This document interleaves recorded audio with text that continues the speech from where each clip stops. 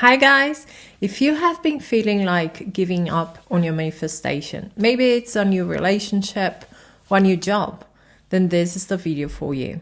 Sometimes we make that decision out of anger, frustration, and resentment. In this situation, we are just giving up. We're just reacting. We can't see clearly. So before you make your decision, watch this video. But before I get into it, if you're new here, my name is Al. Welcome to my channel. If you're in need of coaching, go to the description box. The information is there.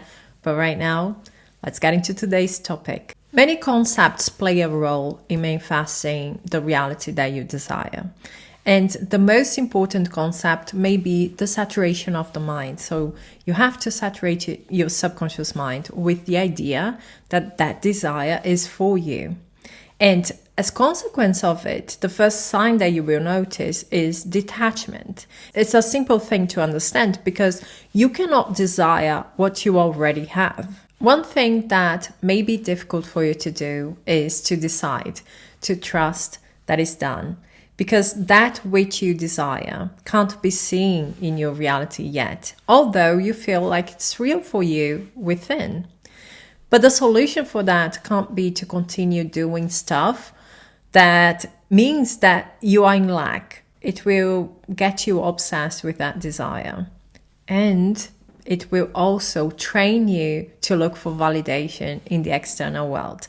And we are doing this work so that we learn to be our own source of validation. The solution for this has to be you taking a leap of faith, you deciding that it's done and that you're good enough to get that desire and that you don't have to earn your manifestation.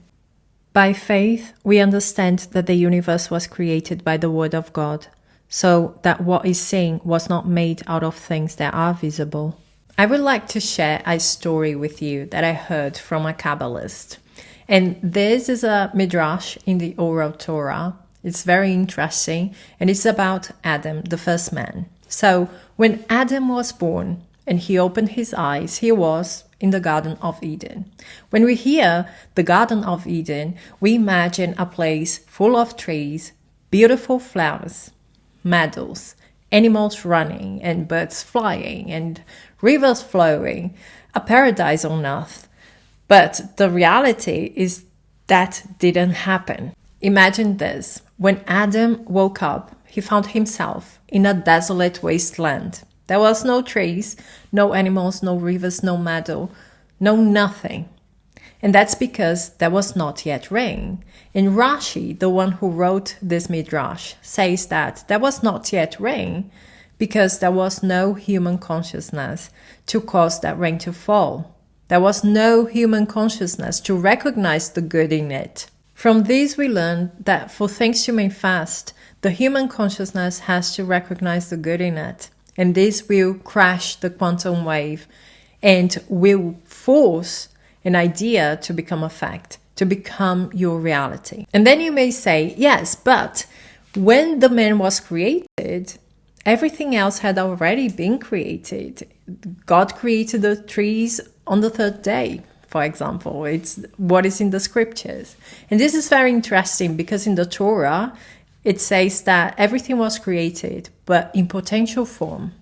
So there was the idea of trees and flowers and meadows and rivers and rain, but it was all in potential form. Everything needed the consciousness of a human being, someone who sees what it could be and not what it is, someone who can desire the potential and not settle for what it is. It needed Adam to look at the sky and recognize the good in the blessing of the rain, and then look at the land and recognize the good of the blessing of whatever could sprout from it. Take those two and marry heaven and earth in his imagination.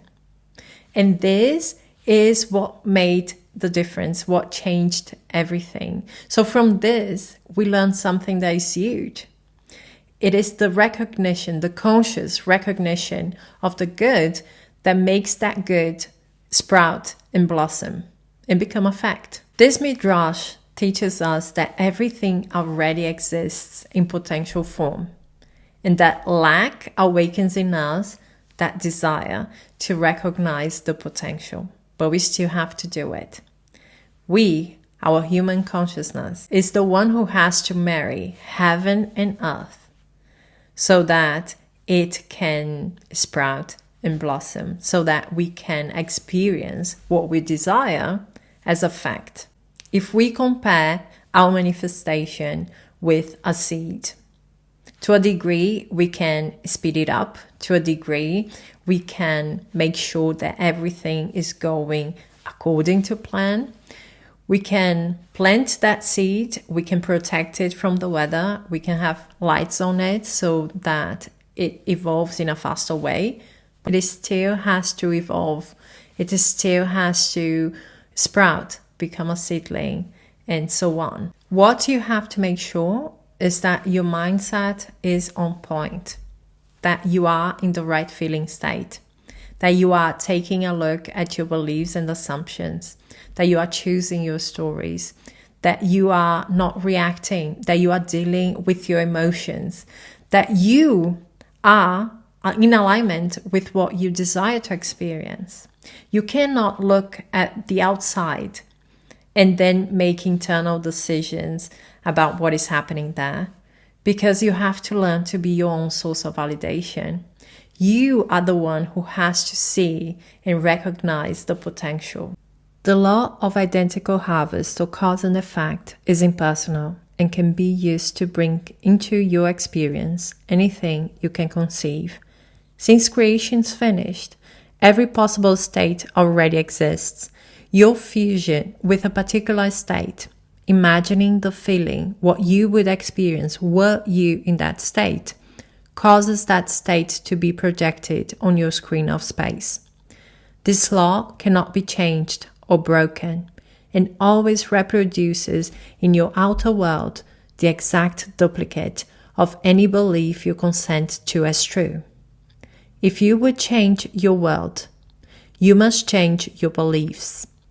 Since consciousness is the only cause, you cannot blame others for the conditions which presently exists, nor can fate or change be the cause of that which you are now experiencing. Nothing can alter the cause of events in your life except a change in your own consciousness. Whatever is appearing in your world now, although it appears real and an unalterable fact, is a reflection of previous activity in your own consciousness. Therefore, a change of consciousness will reflect that change in the future, just as surely as past beliefs reflect the present. Neville Goddard. Imagination creates reality. Being double-minded, wanting something, desiring something, affirming something, and then feeling like the opposite is true, that you're not good enough, that you're not going to achieve it, that it's not for you, that this is impossible. Thinking those thoughts is what creates delay, and this is what creates chaos in the middle. And you have to go through the things that you believe to be true.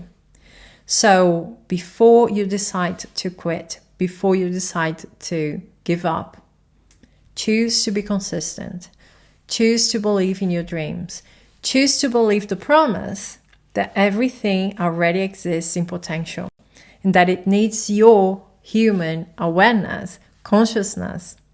It needs you to marry heaven and earth like Adam did, to make it sprout and blossom, to make that a reality in your life. Signs follow, they do not precede. Things are going to manifest when within you know, you believe, you trust that this is yours, that this is for you, that you see the good in it, that you see the potential in it. Prepare for the reality that you want. Change your mindset, change your reactions, change the stories that you believe to be true, change the beliefs that are not suiting you anymore.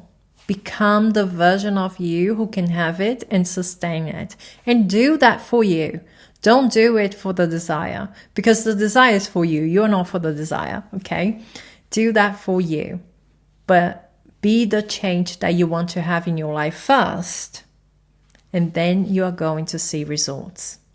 You got this, guys. That's it from me. Thank you so much for being here. We are going to talk soon. Bye bye.